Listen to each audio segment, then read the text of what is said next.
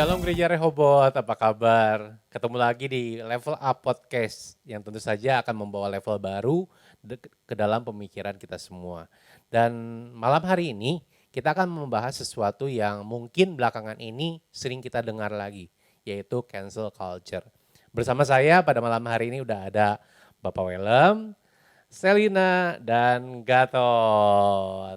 Kira-kira apa sih cancel culture itu? Kita akan bahas bareng-bareng malam ini. Sebelum itu dimulai, saya minta dengan hormat Pak Welem membuka acara ini dalam doa. Silakan Pak Welem. Oke, mari kita berdoa. Ya Tuhan Allah Bapa kami bersyukur buat kasih dan setiamu kepada kami. Terima kasih jika malam hari ini Engkau kumpulkan kami ke sini untuk bisa diskusi, berbicara, sharing satu dengan yang lain tentang fenomena sosial yang sedang kami hadapi, yaitu cancel culture. Kami berdoa supaya pembicaraan kami ini bisa menjadi alat di tangan-Mu, supaya Engkau membawa pemahaman kepada umat-Mu Tuhan, sehingga kami bisa bersikap sesuai dengan apa yang Kau kehendaki di dalam budaya yang sedang kami hidupi ini Tuhan. Terima kasih Bapak, kami serahkan seluruhnya ke dalam tangan kasih dan karunia-Mu saja. Haleluya, amin. Amin. Sekali lagi pada malam hari ini kita akan membahas sebuah fenomena yang namanya cancel culture. Mungkin sebagian udah tahu apa itu cancel culture dan sebagian lagi dari Bapak Ibu, saudara-saudara sekalian belum tahu cancel culture itu seperti apa. 2 atau 3 bulan kebelakangan ini media sosial kita sedang diramaikan dengan sebuah persidangan antara artis dan aktor yang sebenarnya sudah bercerai gitu. Tetapi yang menjadi unik adalah ketika mereka berdua bercerai, pihak wanita ini menyatakan bahwa pihak prianya itu melakukan kekerasan dalam rumah tangga. Karena statement dari pihak wanita ini, pihak pria kehilangan banyak pekerjaan, termasuk dari production house yang besar. Dan orang-orang kembali mengangkat sebuah fenomena yang namanya cancel culture atau budaya boykot. Nah, di sini udah ada praktisi dari teologis, ada praktisi psikologis, dan ini ada praktisi pop culture. Nah, Gatot, kira-kira yang namanya cancel culture itu seperti apa sih dan kenapa belakangan ini jadi booming lagi? Nah itu cancel culture ya. Ya kita nggak bahas namanya ya. Soalnya kalau bahas namanya jadi akun gosip. Ya, jangan bahas nama. Ya kalau kita lihat tadi secara kasus yang terjadi di dunia itu ya kan. Tadi ya artis tadi. Ya kita lihat fenomena cancel culture ini sebenarnya adalah sebuah kemajuan. Bisa dibilang agak kemajuan karena ada satu media yaitu media sosial nampung pendapat semua orang. Bahkan pendapatnya tadi itu bisa memunculkan sebuah keputusan yang diambil oleh pihak-pihak tertentu. Gitu. Tadi bilang production house. Jadi dia itu pemeran sebuah film sampai di cancel. Artinya lu nggak bisa peranin peran itu lagi. Lu harus diganti. Bahkan filmnya masih jalan, filmnya masih ongoing, harus diganti. Bahkan dia adalah pemeran utama. Gila kan gitu. Ya ini salah satu fenomena yang terjadi. Dikumpulkan secara media sosial gitu. Tidak ada fisiknya, tidak ada bentuk demonya, hanya di media sosial aja. Bahkan ini terjadi secara lokal gitu kan. Di kita juga ada, kemarin ini ada kasus salah seorang penyiar terkenal ya kan. Dia terkena kasus, tersandung kasus, akhirnya di cancel. Dia juga dikeluarkan dari apa namanya company ya kan, dikeluarkan dari company. Sampai terakhir beberapa bulan lalu dia diterima di satu company. Baru mau kerja, belum kerja, baru dikasih jaketnya, besoknya udah nggak jadi kerja. Jadi nggak boleh kerja di situ.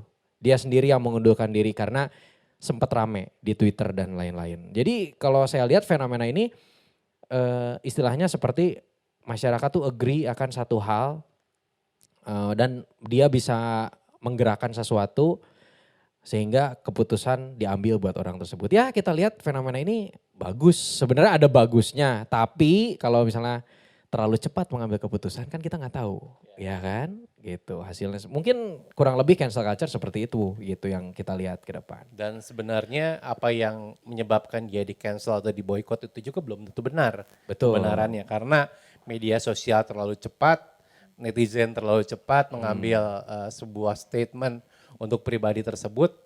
Padahal apa yang dilabelkan di pribadi tersebut belum tentu benar. Ya. Sama seperti kasus pertama, ternyata tidak terbukti dan akhirnya production house-nya meminta dia untuk kembali dan orangnya udah nggak mau.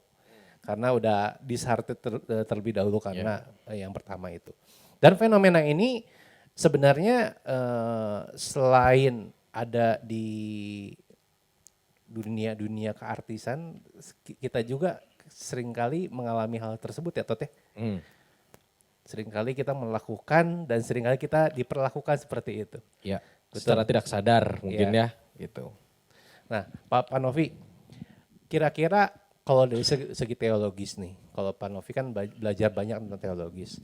Sebenarnya cancel culture atau budaya boykot ini merupakan sesuatu yang baru bukan sih? Ya sebenarnya kalau bicara tentang fenomena secara teknis sih bukan sesuatu yang baru ya. Itu sebenarnya sesuatu yang sebenarnya sudah berlangsung lama.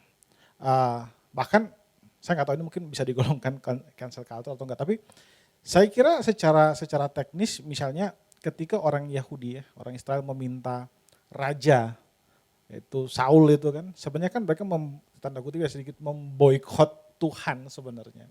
Jadi fenomena ini sudah berlangsung sejak lama. Kemudian Kristus pun sebenarnya dia mungkin korban dari cancel culture ya. Jadi masyarakat kemudian bersatu untuk kemudian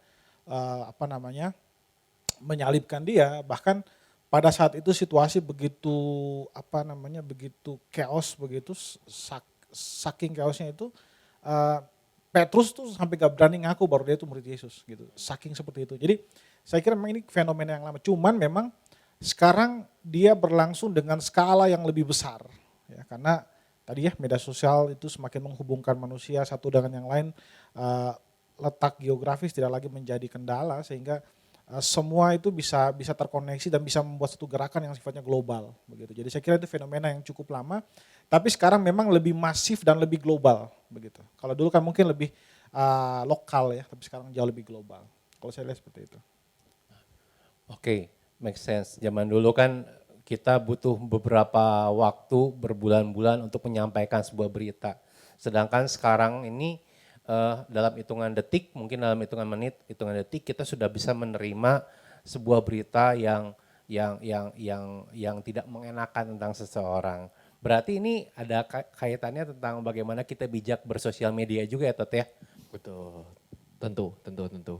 Karena sekarang media sosial ya kalau kita ngomongin cancel culture kan salah satunya. Di sisi lainnya masih banyak lagi gitu. Bahkan hashtag-hashtag tertentu kalau orang Indonesia tuh bisa bikin booming. Karena penduduk Indonesia berapa banyak yang main sosial media. Dia bisa memboikot sesuatu.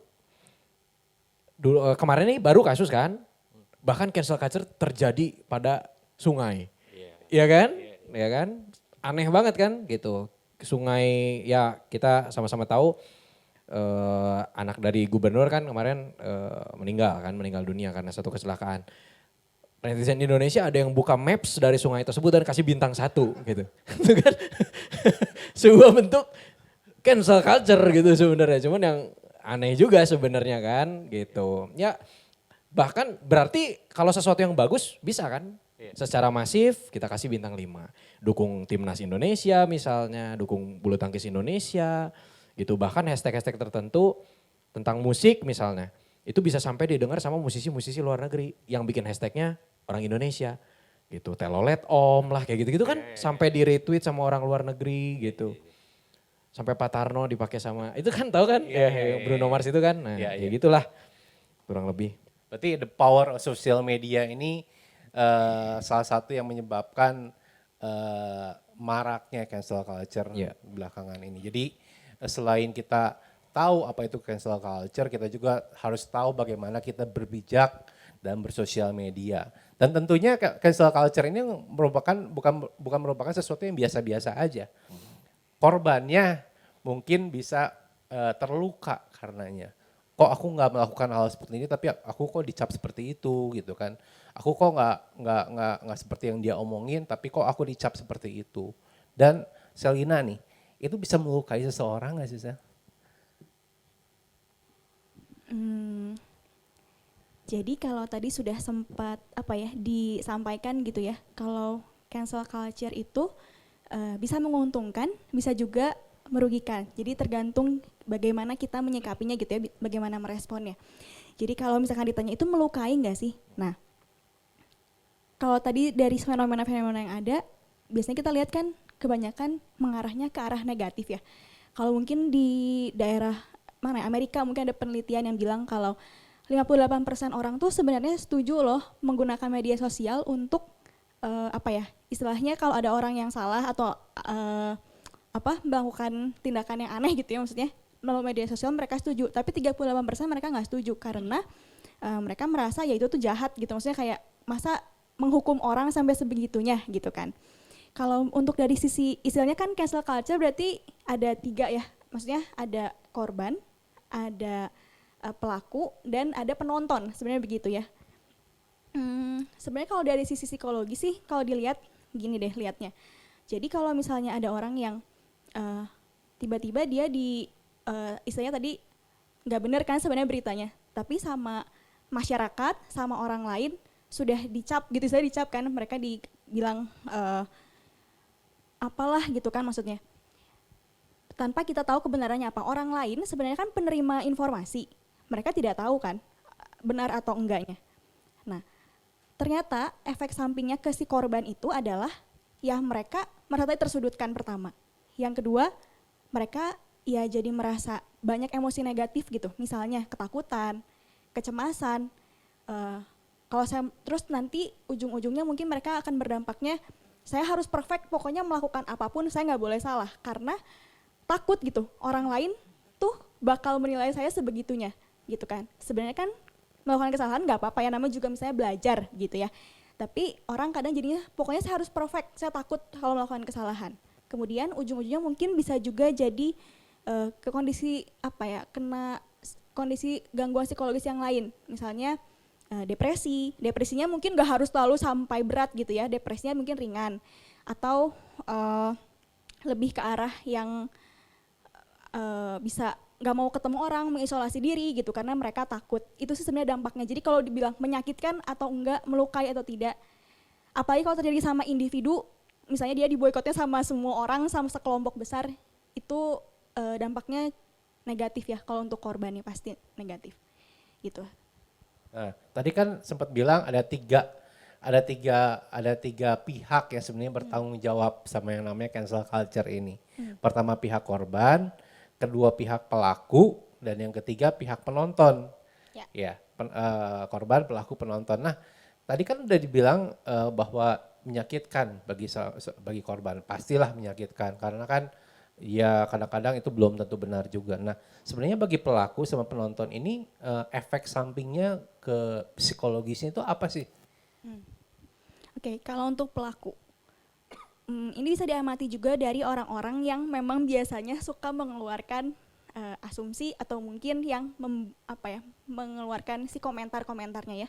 Mereka tuh akan semakin termotivasi kalau melihat si istilahnya korbannya tadi yaitu ngerasa ketakutan, terintimidasi, itu tuh akan sebenarnya motivasi mereka, oh berarti saya berhasil ya, maksudnya ternyata bener ya dia ternyata beneran dikeluarin dari pekerjaannya, tanpa kita kan tidak tahu apa latar belakangnya gitu kan.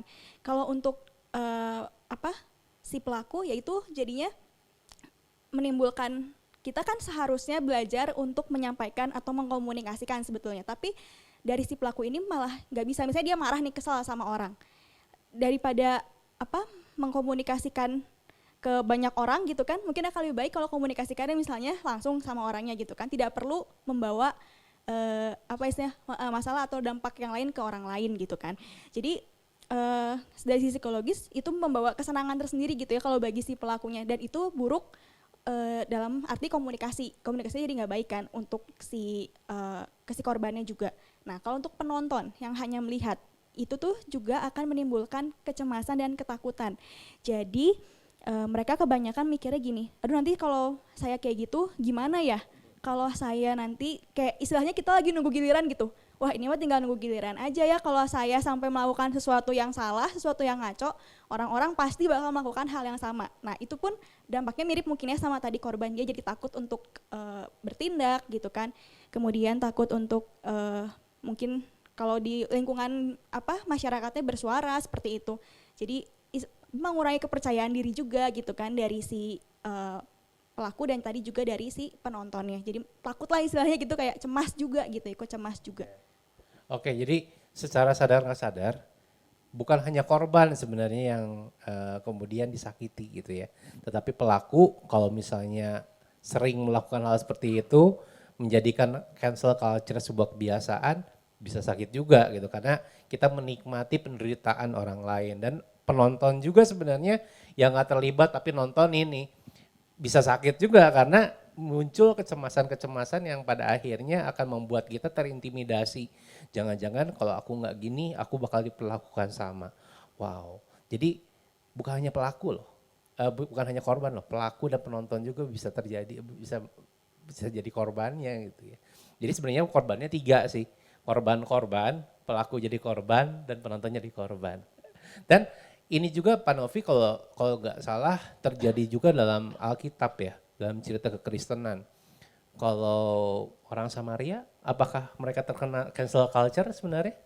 Iya, saya kira memang dia kan lahir dari semacam stigma yang kemudian dilekatkan kepada individu atau kelompok masyarakat tertentu, dan kemudian orang Samaria itu memang diberikan stigma seperti itu. Jadi mereka diberikan stigma sebagai penyembah berhala, tidak murni, Yahudinya mereka sudah kawin campur dengan penduduk non-Israel dan sebagainya, sehingga mereka dianggap bukan hanya kurang Yahudi, jadi cenderung untuk disamakan dengan orang-orang kafir sebenarnya.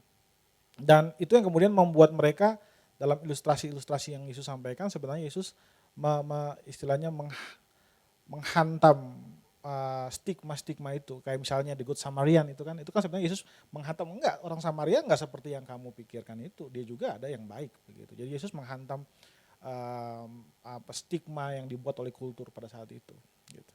Dan itu juga terjadi di gereja sebenarnya Pak ya. Kadang-kadang secara tidak langsung kita juga melakukan hal yang sama rekan-rekan pelayanan kita, mungkin rekan-rekan komunitas kita. Mungkin ibu-ibu misalnya ada pergi karya wisata, satu ibu nggak diajak gitu ya. Mungkin mikirnya ibu-ibu yang pergi itu, wah si ibu ini kasihan di rumahnya banyak urusan gitu ya, banyak urusan. Jangan-jangan dia merasa terintimidasi juga sebagai korban ya Tete? Ya maksudnya gak diajak gitu maksudnya. Nggak diajak, kenapa aku nggak diajak, terus setiap kali pergi nggak diajak gitu kan. Diasingkan gitu ya.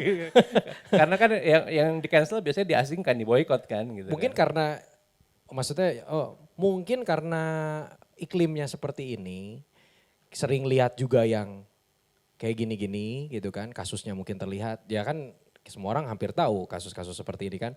Mungkin dia bisa merasa seperti itu gitu, dikucilkan, mungkin merasa gue nggak diajak gitu. Kok jangan-jangan gue dimusuhin gitu kan. Jadi timbul perasaan-perasaan seperti itu. Mungkin salah satu dampak negatif tadi kan yang Selina bilang dari iklim cancel culture tadi gitu. Ya bisa jadi gitu. Kalau budaya popnya mungkin ini terjadi sama Hermione Granger ya. Waduh. Sangat Sangat segmented sekali ya. Iya. Half blood gitu ya. ya. Karena ini Mud kan blood. dari pop culture-nya gitu kan, dari segi teologisnya. Tetapi Pak, bagaimana sih sikap orang Kristen seharusnya untuk cancel culture ini? Karena ini, walaupun kita kan dalam gereja ya, kita ngomongin dalam gereja karena ini adalah program gereja ya. Karena kita ngomongin dari segi gereja. Ini merupakan sesuatu yang sangat bisa menghancurkan orang. Tetapi secara manusia jasmani kita punya selera. Kadang-kadang kita masuk dalam ibadah hari Minggu gitu ya. Wah, jangan si bapak ini mah kalau WL suka fales gitu ya. Si Stephen mah kalau WL suka fales. Jadi kan kita kalau si Stephen WL mah gue gak mau datang lah gitu ya. Gue mau datang ke gereja gitu kan. Tapi kan soalnya khotbah enak. ya siapa yang khotbah hari ini gitu kan, ngantuk gitu kan. Iya. Tapi kan itu kan merupakan suatu bentuk cancel culture, Yeah. suatu bentuk boykot gitu ya. Yeah. Nah ini kan kita sebagai manusia, kita masih dalam manusia jasmani kita. Kadang-kadang kita punya selera yang membuat selera kita itu menjadi apalagi orangnya famous gitu ya, jadi seleranya dia itu dipukul rata menjadi selera semua orang gitu. Wah si Stephen mah fales gitu kan. Bagaimana sikap orang Kristen seharusnya Pak akan fenomena ini? Bagaimana kita bisa mengalahkan kejasmanian, kedagingan kita untuk bisa bersikap objektif? Ya,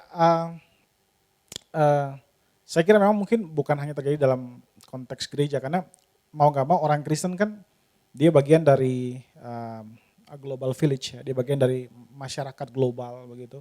Dan memang tanpa sadar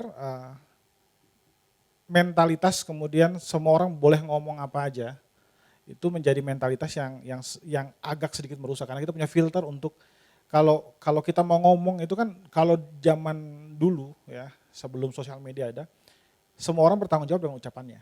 Nah, sekarang enggak, saya bisa bikin fake akun dan saya kemudian bisa bikin pakai nama siapa saja, lalu saya bisa mengkomentari apa saja. Ya, jadi saya kira itu mentalitas yang sebenarnya buruk ya, karena kita kemudian tidak punya filter yang kita pakai untuk menyaring semua apa yang kita keluarkan, itu kemudian kita copot. Dan kita menjadi orang mentalitas yang apa ya kita omong apa aja yang kita mau. Dan itu sebenarnya berbahaya karena kata-kata kita bisa melukai banyak orang. Nah, sebenarnya dalam konteks kekristenan, selain memang di gereja, ketika kita menggunakan media sosial sebagai orang Kristen, memang kita harus menyadari bahwa misalnya contoh ya, nilai Kristen yang agak bertabrakan dengan cancel culture itu adalah redemption, itu penebusan. Semua orang pernah melakukan kesalahan dan kita ditebus kan. Dan itu menjadi core value-nya kita. Nah, kita dari istilah kasih karunia, kita agak memberikan ruang untuk orang, kamu bisa buat kesalahan, tapi kamu punya peluang untuk memberikan memperbaiki kesalahan kamu. Cancel culture agak kalau saya bilang agak tanda kutip anarkis dalam hal itu. Cancel culture dirancang untuk merusak kan, bukan untuk membangun. Jadi ketika dia merusak sebuah karakter begitu, dia tidak ada langkah untuk membangun, itu dibiarin aja begitu. Dan itu saya pikir menjadi masalah. Jadi kalau saya kira sebagai orang Kristen kita agak hati-hati untuk mengkomentari. Bukan berarti bahwa semua cancel culture itu salah. Saya ambil contoh misalnya pada saat protes boykot bis itu ya oleh Martin Luther King dengan orang-orang kulit hitam pada saat memperjuangkan hak-hak kulit hitam di Amerika, itu kan mereka menggunakan metode yang sama, ya. Ada boykot di situ. Tapi nilai-nilainya diperjuangkan tuh betul, karena memang pada saat itu instrumen negara pada saat itu memang melenceng daripada hak asasi manusia, memang juga diajarkan oleh Alkitab. Jadi kalau berhadapan dengan hal itu memang kita setuju ya. Tapi cenderung sekarang semua orang itu lebih suka mengikuti apa yang dia mau, dan itu memang berbahaya karena semua. Jadi kita agak kalau sebagai orang Kristen mungkin saya lihat kita agak pertama bertanggung jawablah dengan apa yang kita katakan. Yang kedua jangan lupa bahwa cancel culture itu dia agak sporadis ya. Jadi agak dia enggak, kadang-kadang siapapun yang berhubungan dengan orang itu disikat sama dia, dibully gitu. Dan itu saya pikir itu kejamnya dari cancel culture. Nah, orang Kristen bagaimana ya? Ya kita harus melatih diri untuk apapun yang kita katakan dalam bentuk tulisan maupun dalam perkataan, kita harus mempertimbangkan bagaimana kalau kata-kata itu diucapkan ke kita. Nah, itu kan Yesus ajarkan. Jadi begitu kamu mau orang lain, kamu mengatakan sesuatu, bagaimana hal itu jika diperlakukan ke kamu? Nah, kita bisa terima atau enggak? Kalau kita enggak bisa, jangan lakukan itu ke orang lain. Jadi saya kira Alkitab cukup banyak memberikan rambu-rambu mental kepada kita untuk bisa bersikap. Gitu. Kalau saya melihat seperti itu. Ya, dan terima kasih untuk pelajaran core-nya Pak. Buat Bapak Ibu sekalian, saudara-saudara sekalian belum ikutan core, itu banyak mengubah paradigma kita tentang bagaimana kita bisa melihat manusia, bagaimana kita bisa melihat diri kita sendiri.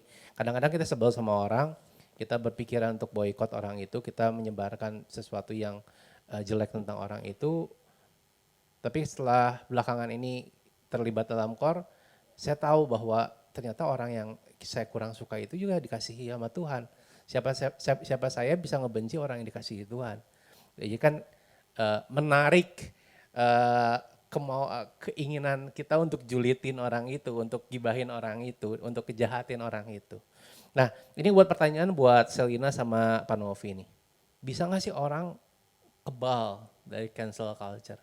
Bisa nggak sih orang dijahatin kayak gimana juga, diomongin kayak gimana juga, mungkin dia udah disebarkan sesuatu yang tidak benar tentang orang itu, tetap aja orangnya lempeng gitu. Dari psikologis mungkin nggak sih ada orang seperti itu?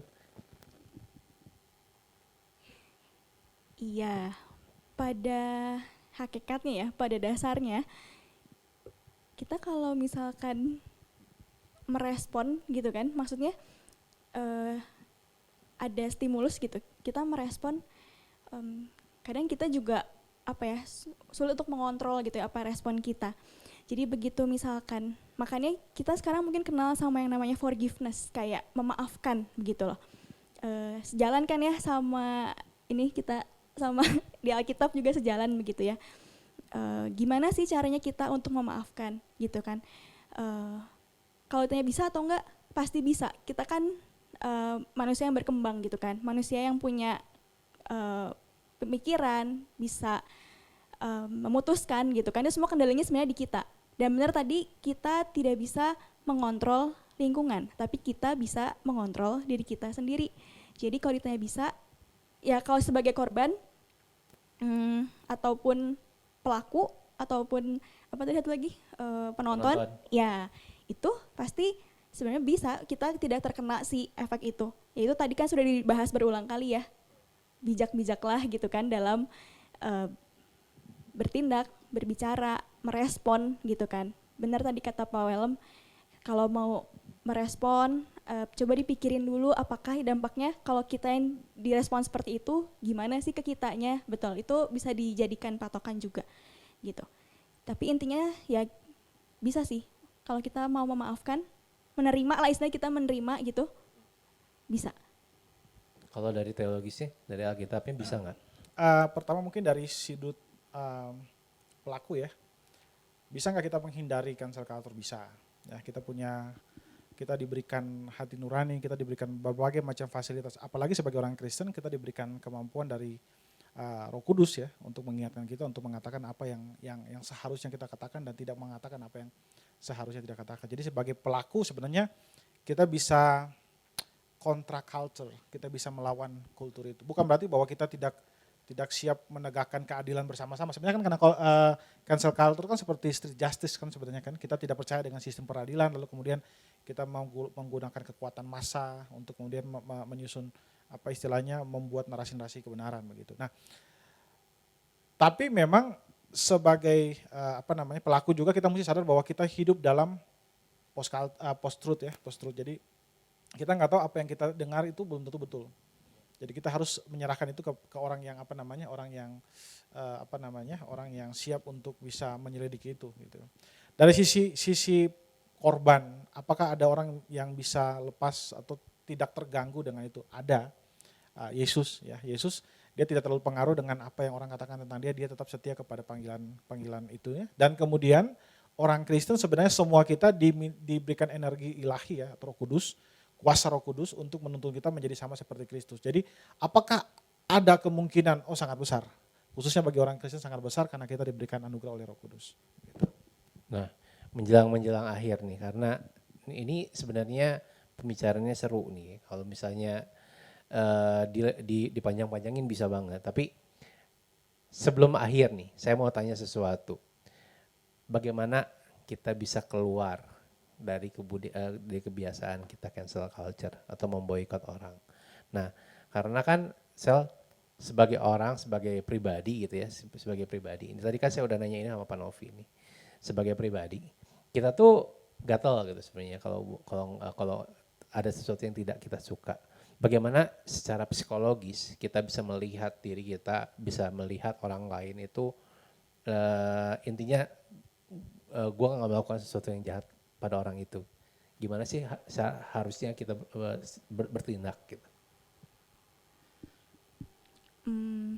Berarti ini kita menghindari untuk jadi korban ataupun pelaku juga ya. Dan kita juga nggak mau kan jadi penonton gitu kan, istilahnya begitu ya. gimana ya, karena memang manusia kan memang makhluk sosial dan pada dasarnya mereka yaitu tadi yang dibilang seneng apa gosip gitu kan. Itu tuh sebenarnya kan mereka gosip itu, ngobrol itu memenuhi kebutuhan mereka untuk saling satu sama lain memperhatikan, saling diperhatikan satu sama lain ini untuk memenuhi kebutuhan itu. Kemudian ada kebutuhan lain misalnya ya kita memang perlu untuk sharing gitu kan, untuk tapi kadang tidak dipergunakan dengan baik. Jadi kalau misalnya terkait tadi dengan respon gitu kan, kita saat dapat berita nih tiba-tiba terus langsung ditelan, dibaca, ditelan, terus langsung di-share lagi tanpa kita tahu kebenarannya seperti apa. Ada baiknya kita untuk cross check gitu kan. Ini memang budaya di kita kan memang udah terlanjur gitu kayak ya udah panik gitu kan. Oh ini ada yang meninggal, sebar taunya bukan deng, salah gitu kan. Kadang suka ada yang kayak gitu. Ada baiknya mungkin kita belajar pelan-pelan, maksudnya yuk coba cek dulu betul atau enggak si informasi tersebut gitu, karena memang ya muaranya di kita kan, dikontrolnya di kita karena kita yang pembawa berita, atau mungkin kalau kita yang nanti ujung-ujungnya kita yang salah bawa berita, nanti kita yang jadi korban gitu kan. Kamu sih udah ngebarin terus salah, jadi nanti nggak mau lagi dengerin berita dari si orang itu jadi korban kan. Atau misalnya kita yang pelaku gitu, makin lewat sosial media makin banyak komen kayak gitu-gitu tapi tidak bertanggung jawab gitu kan. Nah itu makanya kontrolnya memang ada di diri sendiri ya. Jadi kalau secara psikologis ya belajar untuk self control. Jadi untuk mengontrol diri, pastikan kamu tidak merugikan dirimu sendiri dan tidak merugikan orang lain. Sebenarnya intinya begitu mungkin ya, ke arah situ ya. Oke. Kalau dulu ada istilah yang namanya mulutmu harimaumu. Sekarang ujung jarimu adalah harimaumu. Bagaimana kita bisa, sekarang udah omongnya menentukan nasib orang loh Tot gitu ya. Ujung jari kita itu kadang-kadang menentukan kesehatan mental seseorang, kesehatan kerohanian seseorang. Nah ini sebagai kamu nih, sebagai orang yang sosial media kamu kan lebih banyak daripada saya tuh. Gimana untuk kita bisa fight sama diri kita sendiri untuk bersosial media supaya kita nggak terjerumus menjadi pelaku untuk memboikot orang lain? Ya. Sama sebenarnya jawaban sama Sally, cek dan recheck dulu. Ada info apa, cek dan recheck dulu. Termasuk kita kalau bicara skala besar pasti cek dan recheck. Jadi ada kasus apa, kita jangan main asal retweet lah atau apa. Satu retweet tuh besar dampaknya loh. Satu retweet saya dengan follower saya yang jutaan, aduh enggak, cuma 300 kalau di Twitter gitu kan. Satu retweet saya mungkin berdampak pada si 300 orang tersebut. Dari 300 jadi berapa kan banyak kan gitu kan. Jadi itu bakal menjadi luas sekali. Cek dan recheck dulu. Jadi jangan jadi orang yang mudah meledak-ledak, tersulut amarahnya gitu kan. Makanya sekarang ada banyak orang-orang kalau misalnya di Twitter kita bilangnya SJW gitu kan, Social Justice Warrior warrior ya kan kalau nggak salah.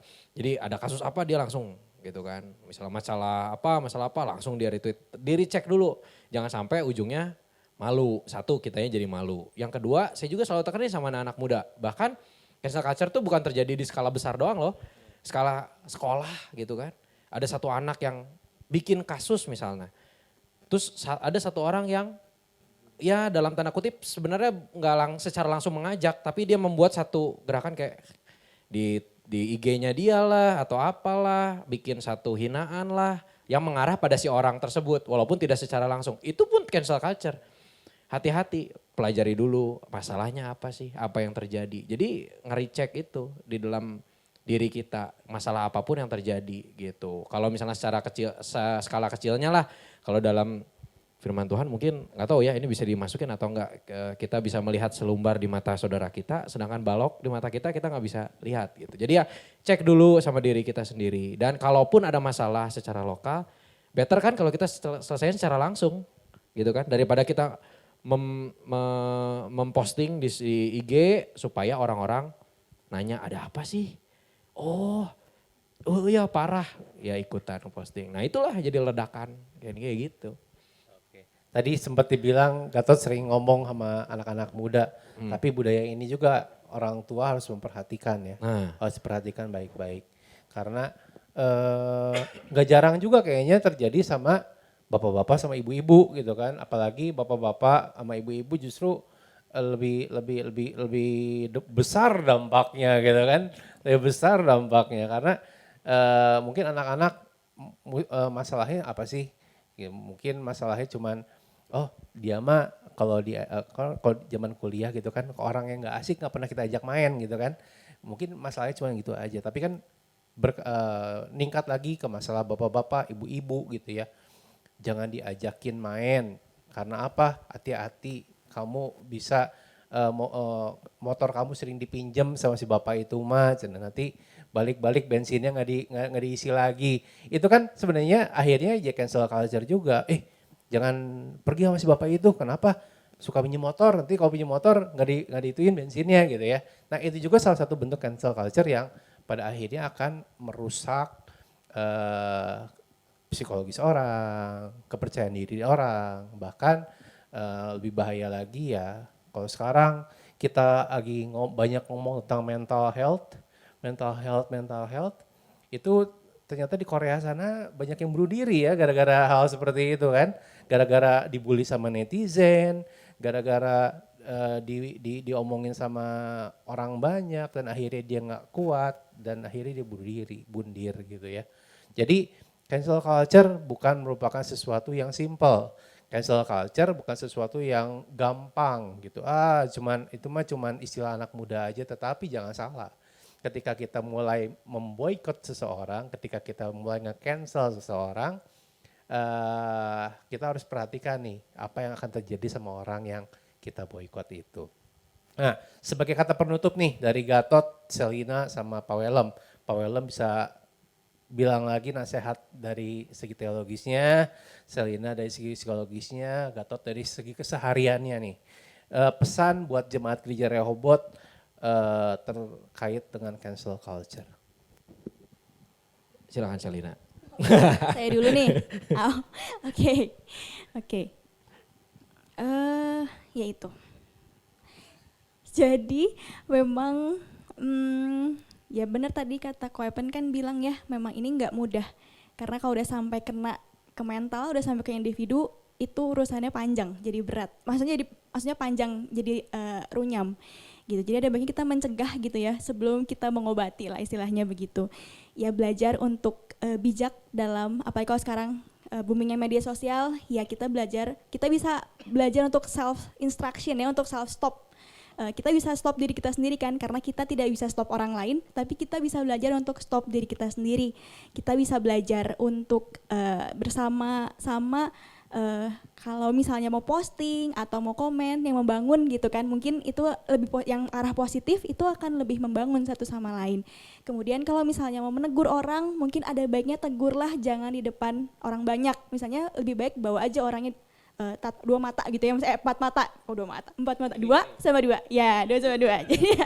Jadi tegurnya jangan di banyak orang, karena kan itu akan membuat asumsi, akan menimbulkan persepsi yang beda-beda gitu sama orang lain, dan mereka nggak tahu gitu kan sebenarnya kasusnya apa sih, kejadiannya tuh apa gitu. Jadi sebaiknya intinya cuma satu sih, belajar kontrol diri dan lebih banyak menyebarkan informasi atau mungkin komen-komen yang lebih positif begitu. Nah, kalau dari Pak Novi? Ya, kalau dari sisi teologi sebenarnya pertama kan kasih menjadi dasar. Jadi semua komentar kita di dalam apapun itu ya, dalam media sosial atau apapun itu harus selalu bertanya bahwa apakah ini mengekspresikan kasih saya kepada orang itu, gitu, satu. Terus kedua, semua orang juga pernah salah, kita pun pernah salah. Kita diampuni dosa kita oleh Kristus, dan itu menjadi semacam nilai hidup kita. Ketika kita melihat kesalahan orang lain, kita melihatnya dengan cara pandang itu. Bahkan Alkitab dalam tradisi gereja kita, doa Bapa kami kan, ampunilah kesalahan kami seperti kami mengampuni kesalahan orang lain. Jadi pengampunan itu menjadi modal gitu ya. Kemudian yang lain kita harus melihat juga bahwa kita ya tadi itu ya, kita seringkali kita punya asumsi-asumsi yang memang terbatas, kita nggak maha tahu, dan biarlah orang yang nanti ditugaskan untuk menghakimi ya, misalnya jaksa dan sebagainya. Mereka akan menyelidiki semua bukti-bukti sehingga mereka akan memutuskan bersalah atau tidak. Kita nggak punya kapasitas itu, dan kalau kita memberikan penghakiman yang terlalu prematur, yang cepat, yang mengandalkan emosi, ingat dampaknya bukan cuma orang itu ya. Jadi nafkahnya dia, keluarganya dia akan terkena dampak. Dan saya kira kita pun tidak mau seperti itu, dan sebaiknya kita pun Alkitab bilang jangan melakukan itu kepada orang lain. Saya kira seperti itu. Oke, dan kamu terakhir? Ya lebih bijak ya dalam segala sesuatu karena ada 3 hal yang tidak bisa diulang, ditarik kembali, dikontrol Z, ucapan, tindakan, postingan. Ya, ucapan, tindakan, postingan. Whatever goes online, it stay online forever. Jadi hati-hati sama yang kita posting, sama hati-hati sama yang kita ucapkan, apa yang kita lakukan, karena itu nggak bisa dikontrol Z, nggak bisa di undo, nggak bisa diulang kembali. Jadi berhati-hatilah dan bijaklah gitu. Oke, saya yakin dan percaya bahwa hari ini selain anak-anak muda, bapak-bapak, ibu-ibu, saudara-saudara sekalian belajar sesuatu yang baru. Kadang-kadang kita cuma dengar nih, cancel culture itu apa, budaya boykot itu apa. Ternyata sering kali kita melakukannya dalam kehidupan kita. Sering kali nggak cuma di kehidupan sekuler kita, tapi dalam dunia kerohanian juga kadang-kadang kita melakukannya. Dan itu merupakan sesuatu yang sangat berbahaya. Dan saya mengucapkan terima kasih banyak buat Bapak Welem, buat Selina, buat Gatot atas waktunya. Dan kita semua belajar sesuatu yang baru pada malam hari ini. Sesuai dengan nama podcast kita ada Level Up, Bring You to the New Level of Perspective. Sebelum kita akhiri, kita akan berdoa terlebih dahulu. Kami mengucap syukur Tuhan sekali lagi kalau pada malam hari ini kami boleh mendengar sesuatu yang baru, Tuhan mempelajari sesuatu yang baru, mempelajari sesuatu yang mungkin terkadang kami kecilkan atau kami sepelekan Tuhan. Tapi kami percaya Tuhan apa yang kami pelajari ini kami akan melakukan dalam kehidupan sehari-hari. Kami akan mencoba menjaga diri kami untuk tidak menyakiti orang lain Tuhan, untuk tidak menghakimi orang lain.